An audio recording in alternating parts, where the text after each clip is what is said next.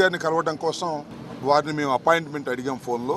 వారి PSO PNO Govindarao గారు 4:35 వస్తే వారు మీతో కలుస్తారని, తరువాత వారు సెక్రటేరియట్కి వెళ్ళిపోతారని చెప్పారు. హుటాహుటిని బయలుదేరి 4:30 కల్లా కూడా మేము అక్కడికి చేరుకున్నాం. చేరుకున్న తర్వాత ఏం జరిగింది అనేది నేను చివరిలో చెప్తాను. మేము ప్రధానంగా వారిని రిప్రజెంట్ చేయాలనుకుంటున్నటువంటి అంశాలు 2. ఒకటి, మాజీ శాసనసభ్యుడు మొన్న గన్నవరంలో వైఎస్ఆర్సీపీ అభ్యర్థిగా పోటీ చేసి ఓటమి పాలైనటువంటి వల్లభనేని వంశీని ఈ రోజు ఉదయం తెల్లారుజామున బహుశా 6 గంటలకో 5 గంటలకో హైదరాబాద్లో వారిని అరెస్ట్ చేసినట్టుగా మీడియా ద్వారా మాకు సమాచారం అంది. ఆ తరువాత వారు అసలు ఎందుకు అరెస్ట్ చేశారో మాకు అర్థం కాలేదు. కారణం ఏంటంటే ఆయన ఒక కేసులోనూ 2 కేసుల్లోనూ ముద్దాయిగా ఉన్నారు. ముఖ్యంగా గన్నవరం తెలుగుదేశం పార్టీ ఆఫీస్ మీద దాడి జరిగిన కేసులో వారు ముద్దాయిగా ఉండటం, దాని మీద ఆయన కోర్టుకు వెళ్లడం, ఆయనకి యాంటిసిపేటరీ బెయిల్ ప్రొటెక్షన్ ఇవ్వడం కూడా జరిగింది. కాబట్టి ఆయన అరెస్ట్ చేసేటటువంటి అవకాశం లేదనే అభిప్రాయం మాకు. కానీ ఉదయాన్నే అరెస్ట్ చేశారనే వార్త తెలియగానే ఎందుకు అరెస్ట్ చేశారో అర్థం కాక ఆశ్చర్యపోయాం, దిగ్భ్రాంతి చెందాం. దీనికన్నా ముందు 2 రోజుల క్రితం ఒక సంఘటన జరిగింది. అదేమిటంటే ఈ వల్లభనేని వంశీ గారి మీద, వైసీపీ కార్యకర్తల మీద, తెలుగుదేశం పార్టీ ఆఫీస్ మీద దాడి జరిగిందని ఏదైతే 2022లో కంప్లైంట్ ఇచ్చారో ఆ కంప్లైంట్ ఇచ్చినటువంటి వ్యక్తి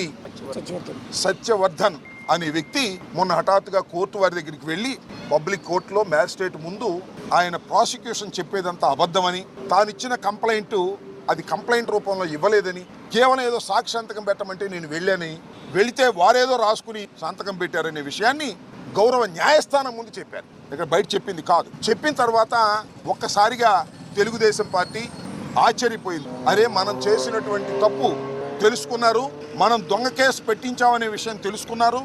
ఆ సత్యవర్ధన్ అనే వ్యక్తి ఎస్సీ కులానికి చెందటం వలన పైన రాసుకున్నారు సంతకం పెడితే నన్ను కులం పేరు కూడా తిట్టారని, SC/ST అట్రాసిటీస్ యాక్ట్ కూడా పెట్టి బెయిల్ రాకుండా ఉండేందుకు కట్టుదిట్టంగా వాళ్ళు చేశారు అనేది తెలుసుకుని ఆశ్చర్యపోయి ఇదంతా ఫాల్స్ కేసు అని ప్రపంచానికి తెలిసింది. దానిలో తెలుగుదేశం వారు, లోకేష్ గారు, చంద్రబాబు నాయుడు గారు వీళ్ళందరూ కుట్ర చేసి ఈ సత్యవర్ధన్ తమ్ముడు అన్నో అరుణ్ అనే ఆయన్ని వాళ్ళు పట్టుకుని మా తమ్ముడి చేత బెదిరించి కిడ్నాప్ చేసి వంశీ వీళ్ళందరూ కూడా ఈ తప్పుడు స్టేట్మెంట్ మ్యాజిస్ట్రేట్ దగ్గర ఇప్పించారని ఒక కట్టు కథను అల్లి అది కేసు పెట్టి తెల్లారి అరెస్ట్ చేశారంట. ఇది విచిత్రమైన విషయం. ఇంతకన్నా దారుణమైన విషయం మరొకటి ఉండదని కూడా ఈ సందర్భంగా మనవి చేస్తున్నాను. వంశీ తెలుగుదేశంలో గెలిచాడు, తరువాత వైఎస్ఆర్సీపీలోకి వచ్చి పోటీ చేశాడు. అందువల్ల వంశీ మీద చంద్రబాబు నాయుడు గారు అదేవిధంగా లోకేష్ గారు కక్ష కట్టారు. మా పార్టీలో గెలిచాడు, మా పార్టీలో గెలిచి వైసీపీలోకి వెళ్ళి పోటీ చేశాడు, మమ్మల్ని అనేక సందర్భాల్లో విమర్శించాడు. మా పార్టీలో ఉండి మా సామాజిక వర్గానికి చెందినటువంటి వ్యక్తి మమ్మల్ని దూషించడం ఏమిటి, మమ్మల్ని రాజకీయ విమర్శ చేయటం అనేది ఏమిటి అని కక్షగట్టి అనేక పర్యాయాలు వారి ప్రభుత్వం అధికారంలోకి వచ్చిన తర్వాత దాడులు చేయడానికి ప్రయత్నం చేశారు.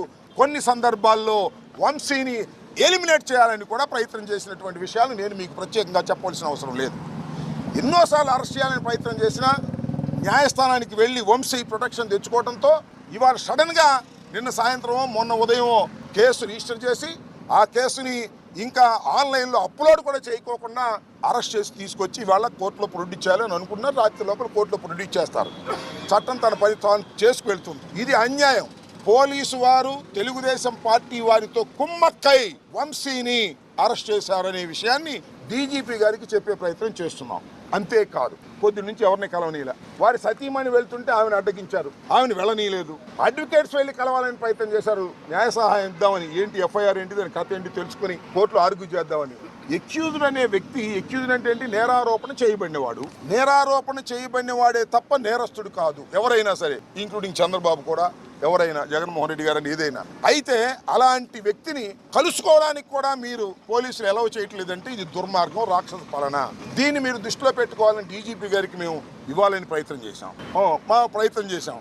అయితే ఇంత దారుణంగా జరుగుతున్న అంశాన్ని మీ ద్వారా ప్రజల దృష్టికి తీసుకొస్తున్నాం. డీజీపీ గారి దృష్టికి కూడా మా కర్మ ఏంటంటే కలవలేదు కాబట్టి మీ ద్వారా ఆయన కూడా డీజీపీ గారిని కూడా చూడమని కూడా మేము కోరుతున్నాం. ఈ రికమెండేషన్ కూడా ఎవరు తీసుకోలేదు. ఈ రికమెండేషన్ కూడా వారు చూడాలని ఈ సందర్భంగా నేను కోరుతున్నాను. అవసరమైతే ఆయన మళ్ళీ కోరితే డీజీపీ గారు కోరితే చదివి కూడా వినిపిస్తాను. ఎందుకంటే ఆయనతో కలుసుకునే అవకాశం మాకు కల్పించలేదు. రాష్ట్ర డీజీపీ గారు శాంతి భద్రతలు కాపాడవలసిన హెడ్ ఆఫీస్కి అపాయింట్మెంట్ ఇస్తే వచ్చాము, అయినా ఆయన కలవలేదు. ఏంటో మాకు అర్థం కాలేదు. ఇది ఒక అంశం. రెండో అంశం, అబ్బాయి చౌదరి గారు, బెంగళూరు మాజీ శాసనసభ్యులు. నేను మీరు చాలా వీడియోలో చూసుంటారు. ఆయన ఏలూరులో పెళ్లికి వెళ్ళాడు. ఇప్పుడు ప్రజెంట్ ఎమ్మెల్యే గారు చింతమనేని ప్రభాకర్ గారు, సరే ఆయన ఇంతకు ముందు కూడా శాసనసభ్యులు. ఆయన గురించి నేను ప్రత్యేకంగా చెప్పాల్సిన అవసరం, మీ అందరికీ తెలిసినటువంటి వ్యక్తి. ఆయన ఎంతో మంచివాడు అనేది. ఆయన కారు అడ్డం ఉందని చెప్పేసి పచ్చిబూతులు తిట్టాడండి. అబ్బాయి చౌదరి గారి డ్రైవర్ని పచ్చిబూతులు తిట్టాడు, మ్యాన్ హ్యాండిల్ చేసే ప్రయత్నం చేశాడు. ఆ పచ్చిబూతులన్నీ కూడా మన సోషల్ మీడియాలో చాలా బ్రహ్మాండంగా వైరల్ అవుతున్నాయి, చూడండి. ఆయన అబ్బాయి చౌదరి గారి మీద కేసు పెట్టి అరెస్ట్ చేయాలని ప్రయత్నం చేస్తారు, పోలీసులు దాన్ని సహకరిస్తున్నారు. ఇది అన్యాయం అండి. అబ్బాయి చౌదరి గారు కారు డ్రైవర్ని తిట్టాడు, అబ్బాయి చౌదరి మీద ఇష్టం వచ్చినట్టు మాట్లాడి ఆయన మీద కేసు పెట్టే ప్రయత్నం చేస్తున్నారు. ఇది అన్యాయం డీజీపీ గారు అని రెండవ రికమెండేషన్ ఇవ్వాలని మేము ప్రయత్నం చేసాం. ఇందాక నేను ఎక్కడో మా చింతమనేని ప్రభాకర్ గారు శాసనసభ్యులు వారిని చూస్తున్నా. అసలు నేను అలా తిట్టడానికి గల కారణం ఏంటో తెలుసా, నాకు అంత ఆవేశం తీసుకురావడానికి కారణం ఏంటో తెలుసా అని చెప్తున్నాడు ఆయన. ఎవడన్నా నేరం చేసి ఎవరన్నా మర్డర్ చేస్తే నేను అసలు మర్డర్ చేయడానికి గల కారణం ఏంటో తెలుసా, అర్థం చేసుకోగలరా అంటే ఏం చెప్పాలి. నేరం చేశాడు, ఇష్టం వచ్చినట్టు తిట్టాడు, అన్యాయంగా అక్రమంగా ప్రవర్తన చేశాడు. కారు అడ్డం పెట్టినందుకేనంట. కారు దోవలో అడ్డం పెడతారు, సహజంగా మనం వెళ్తున్నప్పుడు కారు తప్పుకోమంటే తప్పుకుంటారు. ఈ రకంగా రౌడీయుధం చేసే పరిస్థితికి తెలుగుదేశం శాసనసభ్యులు వస్తున్నారు. దీనికి పోలీసులు సహకరిస్తున్నారు. అలా సహకరించడం తప్పు అని చెప్పేందుకు మేము డీజీపీ గారిని వాళ్ళు కలవాలనుకున్నాం మేమందరం. కానీ ఆయన కలవలేదు. ఆయన చట్టబద్ధంగా ఉన్నటువంటి వ్యక్తి కాబట్టి డీజీపీ గారు గౌరవనీయులు, ఐపీఎస్ ఆఫీసర్, మిమ్మల్ని కలవకపోయినా, మా రికమెండేషన్లు ఆయన తీసుకోకపోయినా ఆయన యాక్షన్ తీసుకుంటారు. ఈ ప్రెస్ చూస్తారు, ఈ మీడియా సమావేశం చూస్తారని నేను అనుకుంటున్నా. చూడకపోతే మా కర్మ, అది మేమేం చేయలేము. ఇక్కడ జరిగిన ఇంకొక విషయాన్ని కూడా చెప్పాలా. ఇవాళ మేము అప్పిరెడ్డి గారు మేమందరం కలిసి డీజీపీ గారిని కలవాలనుకున్నాం. డీజీపీ గారిని కలవాలనుకుని డీజీపీ గారి దగ్గర పిఎస్ గానో పిఏ గానో పనిచేస్తున్న గోవిందరావు గారికి ఫోన్ చేశాం. ఫోన్ చేస్తే ఇందాక నేను చెప్పినట్టుగా 4:35కి లోపు మీరు వస్తే ఆయన కలుస్తారు అన్నాం. మేము 4:30కి వచ్చి కూర్చున్నాం. పైన డీజీపీ గారు ఉన్నారు. అరగంట కూర్చున్న తర్వాత డీజీపీ గారు వెళ్ళిపోయారని చెప్పారు. వెళ్ళిపోయారు. సరే వెళ్ళిపోతే మేము ఏం చేయాలి, ఈ రిప్రజెంటేషన్ ఎవరికైనా ఇస్తామా అంటే ఎవరు తీసుకోలేదే, ఎవరు తీసుకోమన్నారు. నేను డీజీపీ గారు వెళ్ళిపోతే మేము ముందు అడిగి అపాయింట్మెంట్ తీసుకుని డీజీపీ గారి దగ్గరికి మేము వచ్చాం కదా. ఆయన బిజీగా ఉంటే ఉండదు, తప్పులేదు. డీజీపీ గారు రాష్ట్ర శాంతి భద్రతలు కాపాడవలసినటువంటి ప్రధానమైన వ్యక్తి కాబట్టి బిజీగా ఉండొచ్చు. మా బోటి వాళ్ళని, అపోజిషన్లో ఉన్న వాళ్ళని, మంత్రులుగా ఊడిపోయిన వాళ్ళని, ఎమ్మెల్యేలుగా ఊడిపోయిన వాళ్ళని కలవలేకపోవచ్చు ఆయన అంత బిజీగా ఉంటే. కలవకపోతే నా ఇన్ఫీరియర్ ఆఫీసర్ ఇంకో ఆఫీసర్కి ఇవ్వండి అని ఎండార్స్ చేయాలి కదా గౌరవంగా ప్రజాస్వామ్యంలో. అది కూడా లేదు. ఎవరైతే తీసుకుంటారంటే ఎవరు తీసుకోరన్నారు. చివరికి గోడ కంటి చూద్దాం, ఇక్కడ అంటించడానికి వెళ్ళేదన్నారు. What is this? ఎంత దుర్మార్గంగా ఉంది ఈ పరిపాలన అడుగుతా ఉన్నా. చంద్రబాబు పరిపాలన దుర్మార్గంగా ఉంటే పర్లా, లోకేష్ పరిపాలన దుర్మార్గంగా ఉంటే పర్లా, లేదా హోంమంత్రి అనిత గారి పరిపాలన దుర్మార్గంగా ఉంటే పర్లా, డీజీపీ గారి పరిపాలన ఆయన పేరేంటి, హరీష్ కుమార్ గుప్తా గారి పరిపాలన కూడా ఇంత దుర్మార్గం ఉంటే ఎలాగన్నా?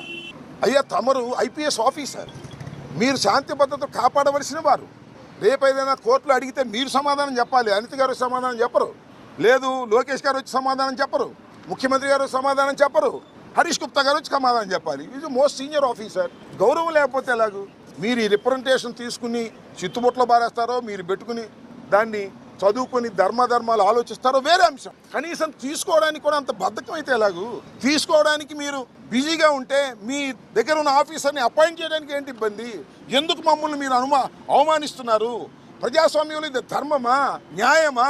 ఆలోచించబోయి మనవి చేస్తున్నాం. కాబట్టి ఇలాంటి దుర్మార్గమైనటువంటి పరిపాలన పోలీస్ యంత్రాంగం చేయటం చాలా బాధాకరం. ఇవాళ కూడా నేను మనవి చేస్తున్న హరీష్ గుప్తా గారిని, the senior most IPS officer, DGP, ఇప్పటికైనా ఈ రికమెండేషన్లు మీరు ఎవరైనా పంపించి తీసుకోండి, లేకపోతే మళ్ళా వచ్చి ఇవ్వమంటే మళ్ళీ ఇస్తాం. Take immediate action.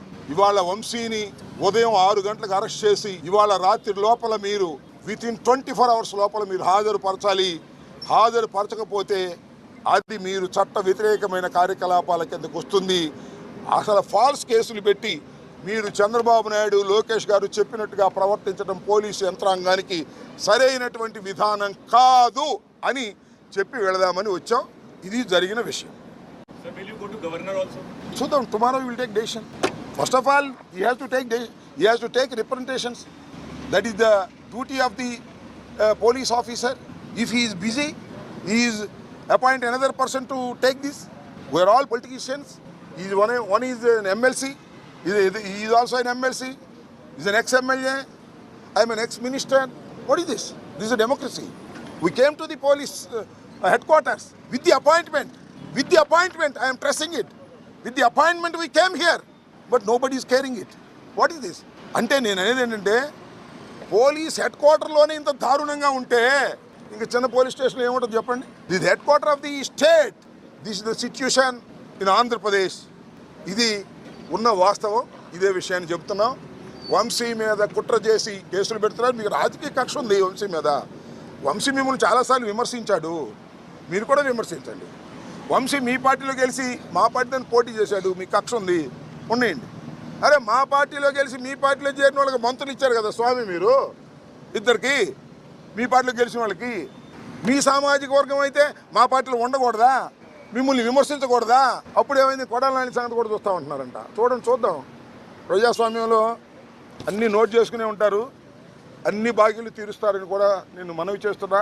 చాలా దుర్మార్గంగా వ్యవహరిస్తున్నారు పోలీస్ యంత్రాంగం. ఇప్పటికైనా సరి చేసుకోవాలని డీజీపీ గారు హరీష్ గుప్తా గారిని మీ మీడియా ద్వారా నేను ఐఎమ్ రిక్వెస్టింగ్ దెమ్.